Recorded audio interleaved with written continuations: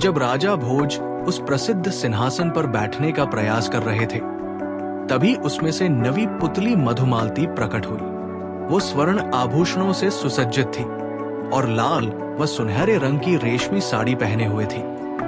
उसने राजा को रोकते हुए कहा, हे राजन, इस सिंहासन पर बैठने के लिए तुम्हें राजा विक्रमादित्य के समान न्यायप्रिय और बुद्धिमान बनना होगा। मैं तुम्हें एक कथा सुनाती हूँ जो उनके महान गुणों को दर्शाती है।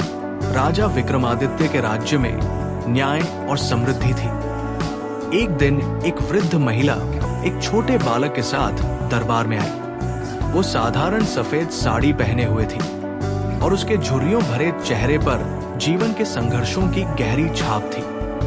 उसके साथ खड़ा बालक हल्के भूरे रंग का कुर्ता और सफेद धोती पहने हुए था। वृद्धा रोते हुए राजा से विनती करने लगी, महाराज, इस बालक का भाग्य आपके हाथों में है। इसका जीवन रहस्य में डूबा हुआ है। राजा विक्रमादित्य ने बालक की ओर देखा। उसकी बड़ी बड़ी काली आंखों में भय और असमंजस झलक रहा था। उसके घुंघराले बाल हल्की हवा में लहरा रहे थे। राजा ने इस रहस्य को सुलझाने का निश्चय किया और वृद्धा से पूछा, क्या तुम्हारे पति के लापता होने के बाद कोई असामान्य घटना घटी थी? वृद्धा ने उत्तर दिया, हाँ महाराज, मेरे पति के गायब होने के कुछ दिनों बाद हमारे गांव के पास एक अज्ञात शव मिला था, लेकिन तब किसी ने उस पर ध्यान नहीं दिया।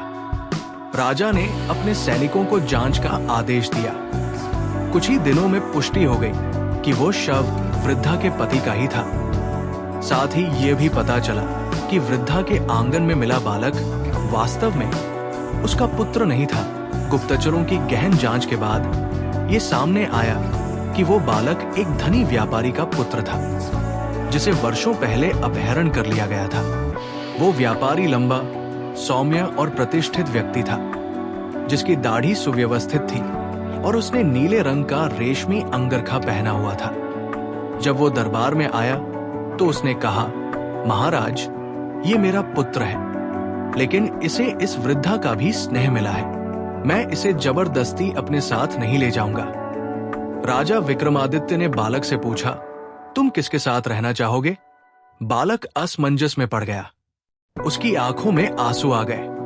अचानक उसने एक ऐसा निर्णय लिया जिसने सभी को चौंका दिया।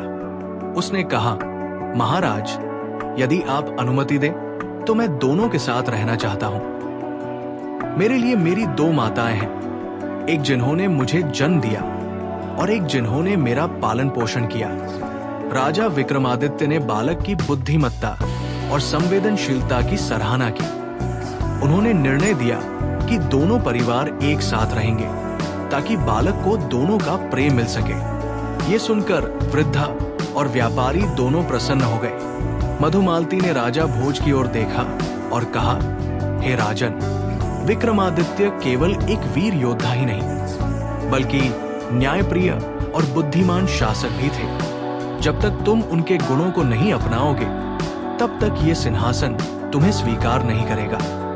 ये कहकर मधुमालती अदृश्य हो गई और राजा भोज गहरे विचारों में डूब गए।